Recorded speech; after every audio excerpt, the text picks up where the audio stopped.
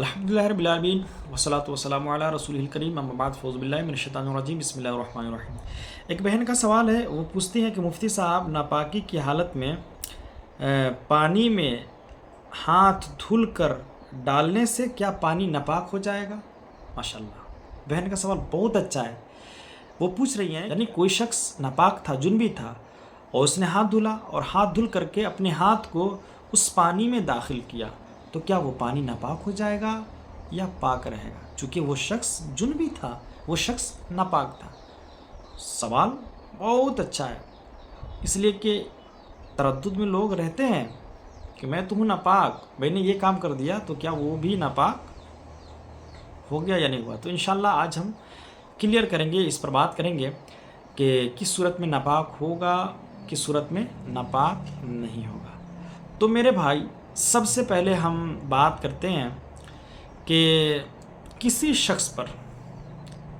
اگر جو ہے غسل فرض ہوتا ہے، جنبی ہوتا ہے، ناپاک ہوتا ہے، چاہے جیسے بھی ہو، اسے یہ سمجھیں کہ ہم بستری کرنے کی وجہ سے، احتلام ہونے کی وجہ سے، کسی طرح سے وہ جنبی ہوا، ناپاک ہوا، یعنی اس پر غسل فرض ہوا، تو اس صورت میں تو مسئلہ یہ ہے کہ قرآن نہیں چھو سکتا، نماز نہیں پڑھ سکتا، وہ چیزیں جس کے لیے پاکی کی شرط ہے وہ چیزیں وہ نہیں کر سکتا۔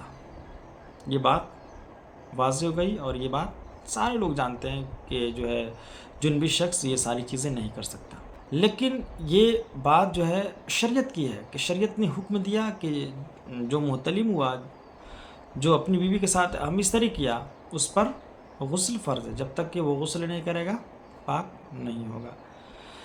لیکن اگر کوئی شخص ناپاک ہوتا ہے، جنبی ہوتا ہے،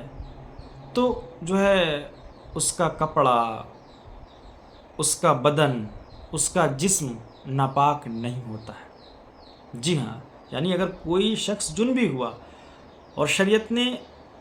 ان لوگوں کو بتا دیا ہے کہ کون لوگ جو ہیں جنبی ہوں گے، کن پر غسل فرض ہوگا، تو اگر کوئی شخص جنبی ہوا، شریعت کا حکم ہے کہ وہ جنبی ہو گیا، لیکن وہ شخص جنبی ہوا، شریعت کے حکم کی وجہ سے وہ جنبی ہوا، نہ کہ اس کا کپڑا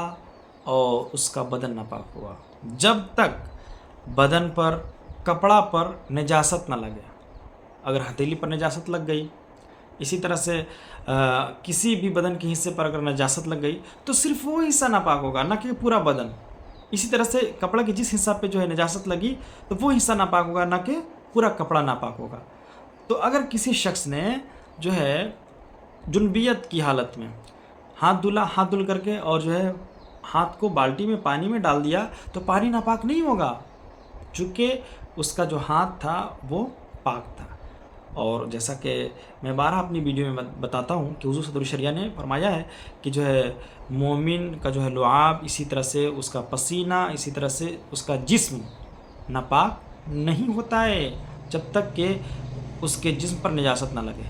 نجاست اگر لگی ہے تو وہ حصہ صرف ناپاک ہوگا، دھل دیا پاک ہو جائے گا، لیکن پورا اس کا بدن ہے نا، اگر اس پر غسل فرض ہے تو پورا اس کا بدن ناپاک نہیں ہوتا ہے۔ تو اگر جس شخص نے بھی ہاتھ دھل کر کے اور بالٹی میں ڈالا ہے تو ظاہر سی بات ہے کہ اگر نجاست بھی لگی ہوگی تو دھل کر کے انہوں نے تو پہلے ہی دور کر دیا، اور اگر نجاست نہیں لگی تھی، محض انہوں نے اپنے ہاتھ کو دھلنا پسند فرمایا کہ بغیر دھلے اگر بالٹی میں ہم داخل کر دیتے ہیں تو بالٹی کا پانی خراب ہو جائے گا۔ خراب اس لیے ہوگا کہ ہمارا ہاتھ گندا تھا، ہے نا، بہت دیر سے میں اپنے ہاتھ کو دھولا وغیرہ نہیں تھا،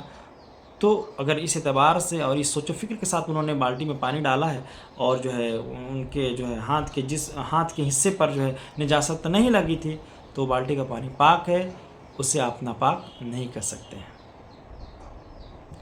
امید ہے کہ یہ ساری باتیں آپ کو سمجھ میں آئی ہوگی۔ اگر سمجھ میں آئی ہے تو اس ویڈیو کو اپنے زیادہ سے زیادہ دوستوں تک شیئر کریں، اور اگر آپ چینل پر پہلی مرتبہ تشریف لائے تو ہمارے چینل کو سبسکرائب کر لیں، تاکہ اسی طرح کی ویڈیو سب سے پہلے آپ تک پہنچتا رہے اور جو ہے آپ استفادہ حاصل کر پائیں۔